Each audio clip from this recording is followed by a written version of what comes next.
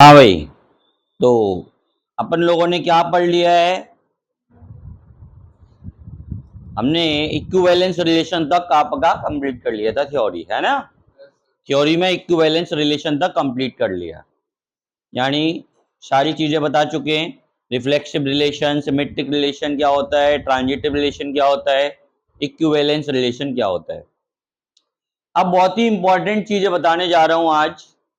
तो इसमें थ्योरी के और भी पॉइंट्स हैं, तो नोट्स फॉर्मेट में आप इनको लिख सकते हैं। Notes number 1, firstly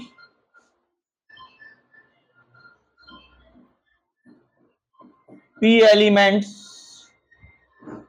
set A में पी एलिमेंट्स और सेट बी में क्यू एलिमेंट्स हैं। सेट ए में पी एलिमेंट्स, सेट बी में क्यू एलिमेंट्स हैं। तो n A cross B equal to क्या हो जाएगा?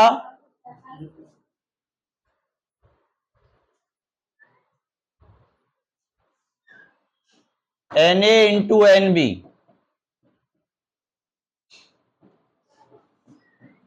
यानी पी क्यू।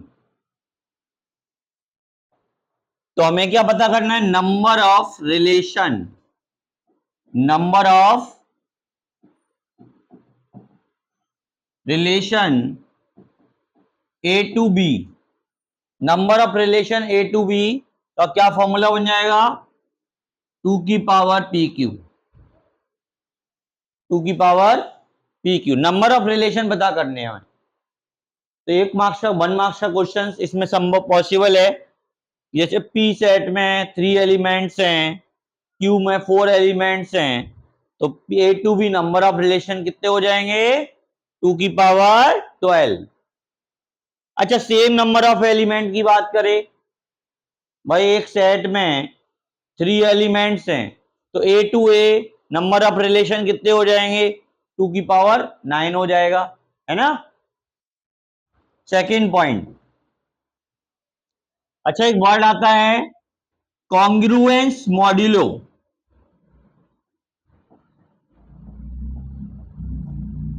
कॉन्ग्रुएंस मॉड्यूलो, बच्चों समझ नहीं पाते हैं कि ये क्या चीज है।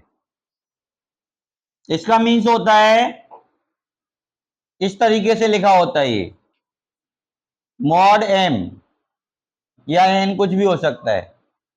इसका मीन क्या होता है? A minus B is divisible bye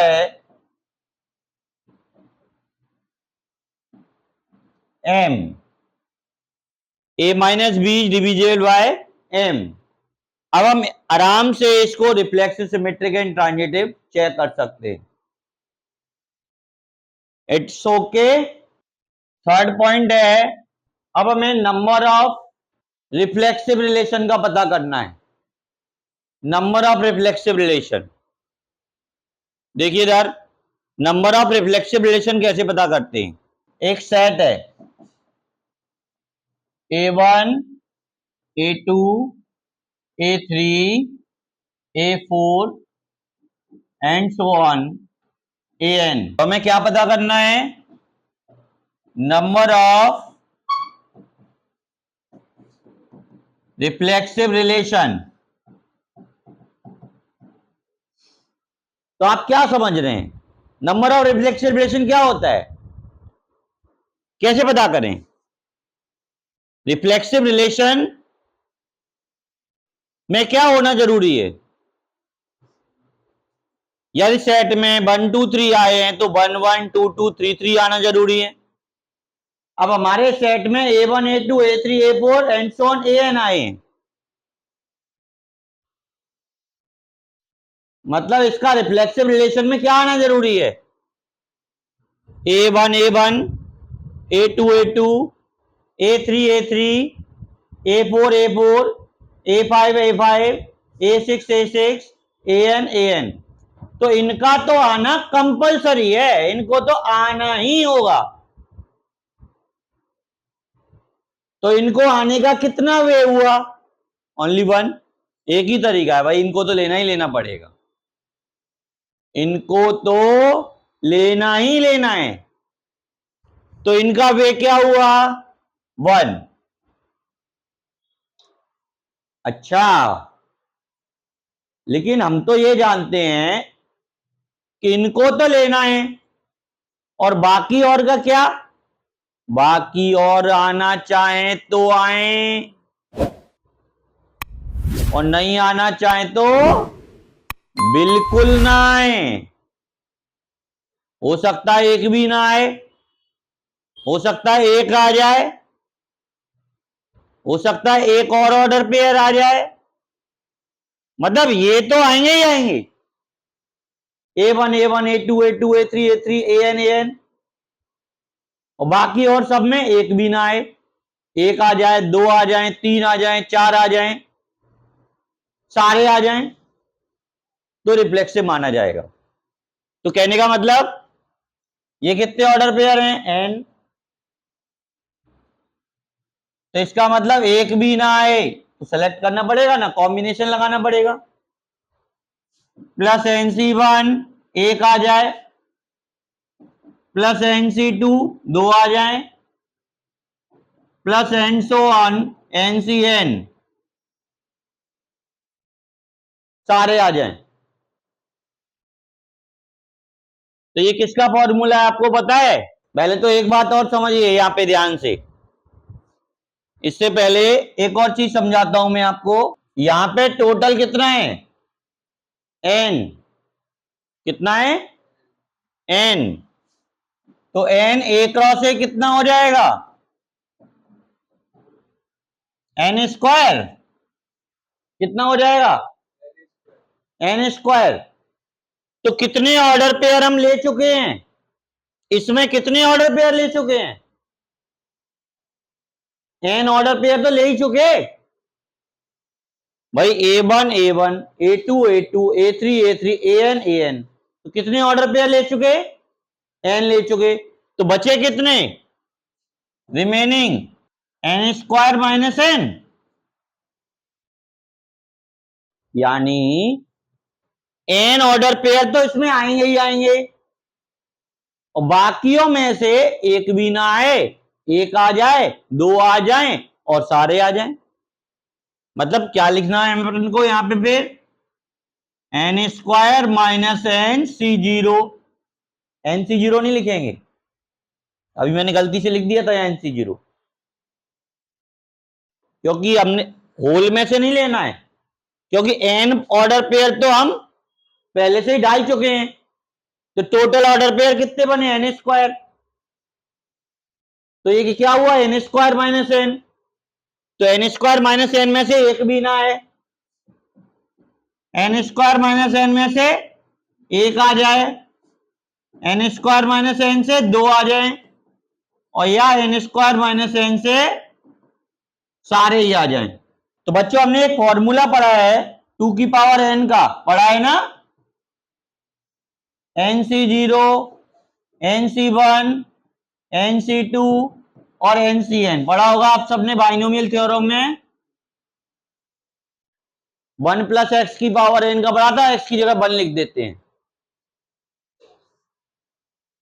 तो यहां n का काम कौन कर रहा है, n स्क्वायर माइनस n, तो यानी क्या हो गया यहां पे फिर 1 इंटू 2 की power n square minus n, तो फॉर्मूला हो गया 2 की power n square minus n। Clear हुआ, नंबर ऑफ रिफ्लेक्सिव रिलेशन का फॉर्मूला क्लियर हो गया।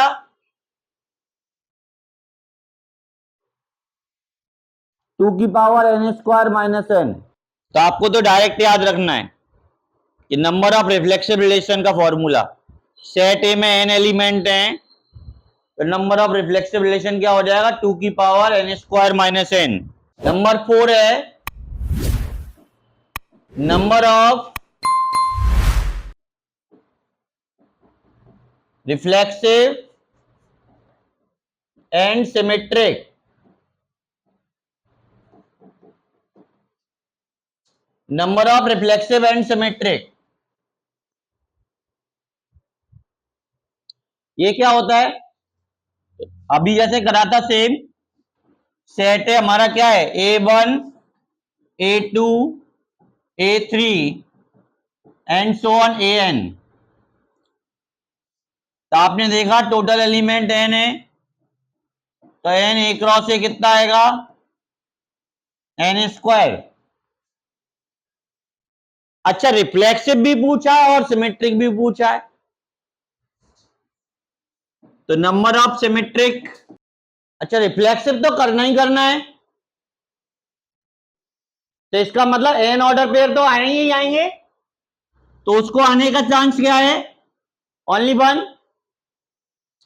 अच्छा, बचे हुए ऑर्डर पेयर कितने हैं, remaining n square minus n।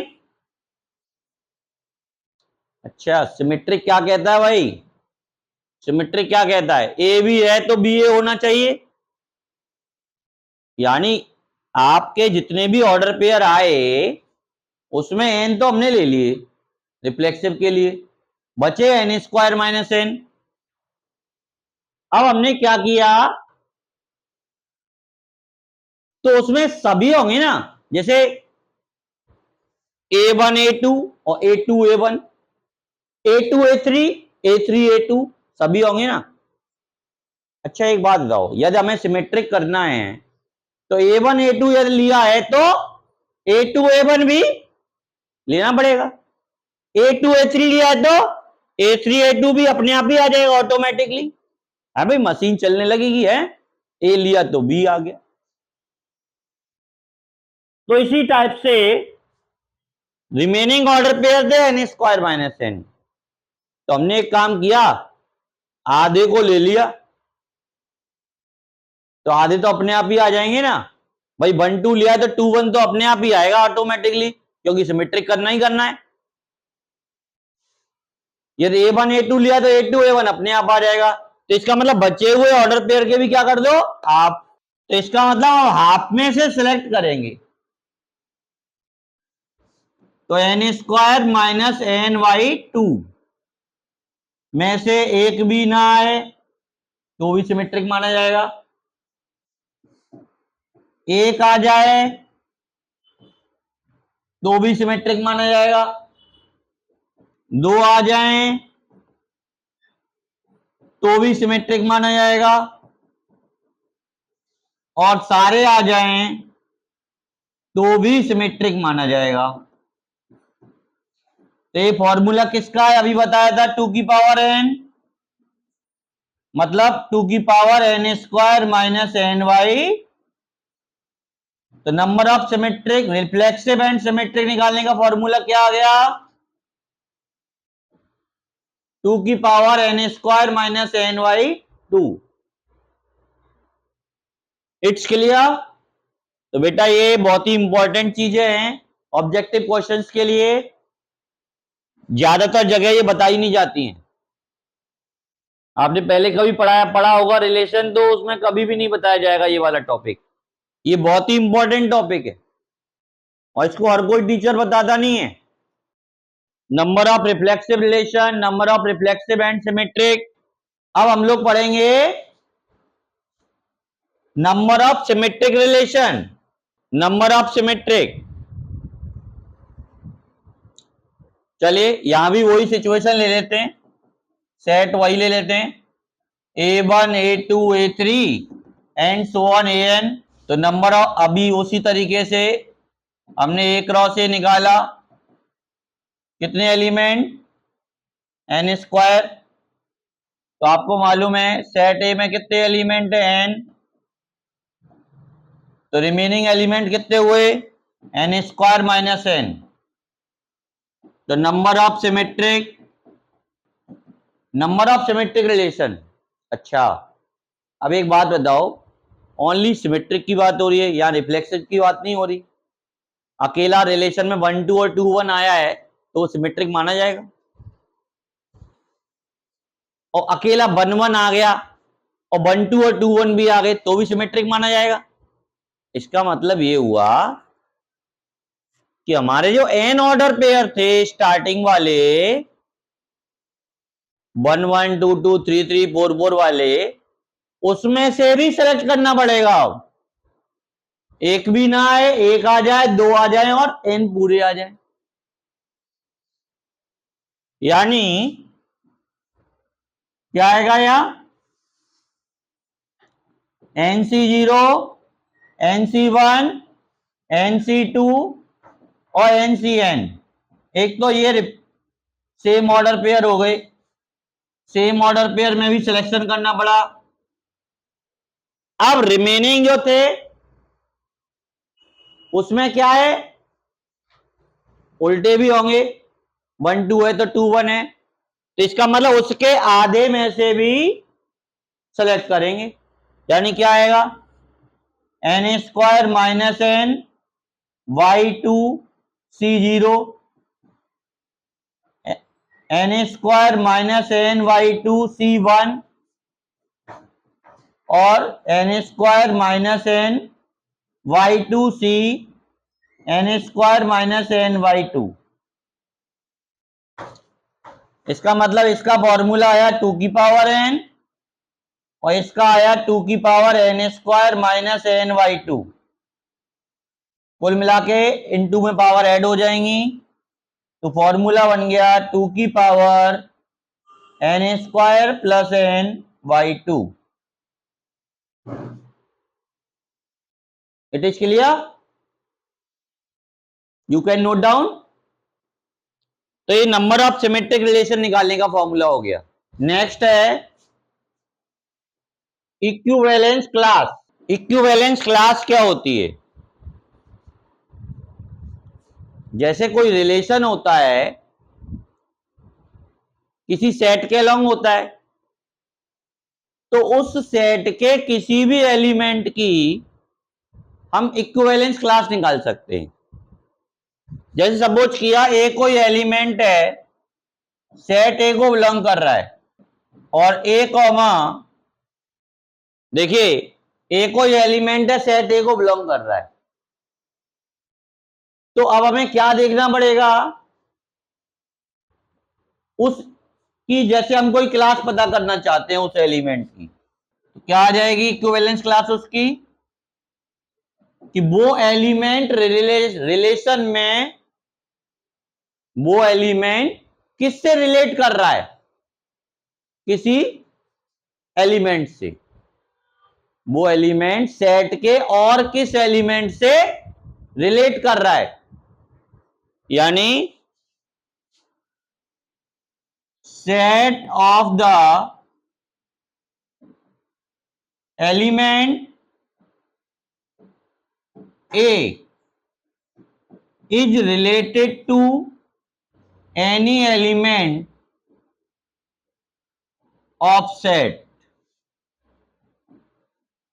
जैसे एग्जांपल के तौर पे हम लोग देखें, सेट X है, इसमें जैसे 1 2 3 4 5 9 तक लिखा हुआ है, और रिलेशन में A comma B such that A और B बिलोंग्स टू X, यानी mod A minus B is multiple of 4। तो हमें जैसे सपोज करिए 2 की इक्विवेलेंस क्लास पता करनी है, तो 2 की इक्विवेलेंस क्लास क्या आ जाएगी, मतलब 2 किससे रिलेट कर रहा है, तो ए की जगह अपन 2 ले लेंगे,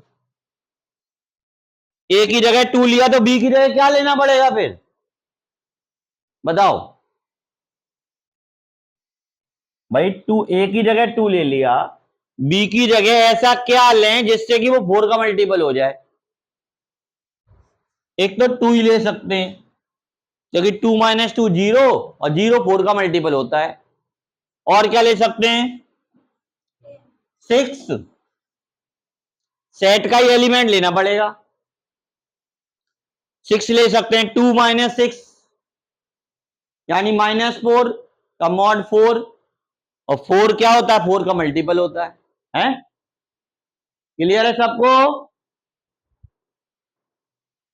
जैसे 1 की इक्विवेलेंस क्लास क्या हो जाएगी, बोलिए, 1 हो जाएगी, 5 हो जाएगी और 9 हो जाएगी, हैं?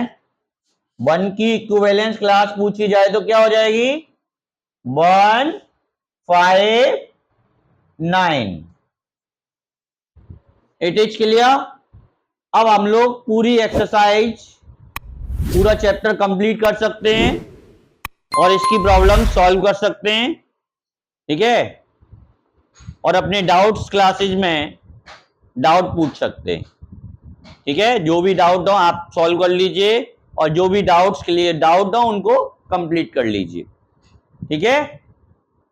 और जिसने अभी तक सब्सक्राइब नहीं किया है वो प्लीज सब्सक्राइब भी जरूर कर ले। ओके, वैसे तो ये चैप्टर हमारा लगभग कंप्लीट हो गया है, बाकी आपके अपने डाउट्स हैं तो वो आप अपने कंप्लीट करिए और लाइव क्लासेज में आप मुझसे पूछ सकते हैं। Okay, thank you.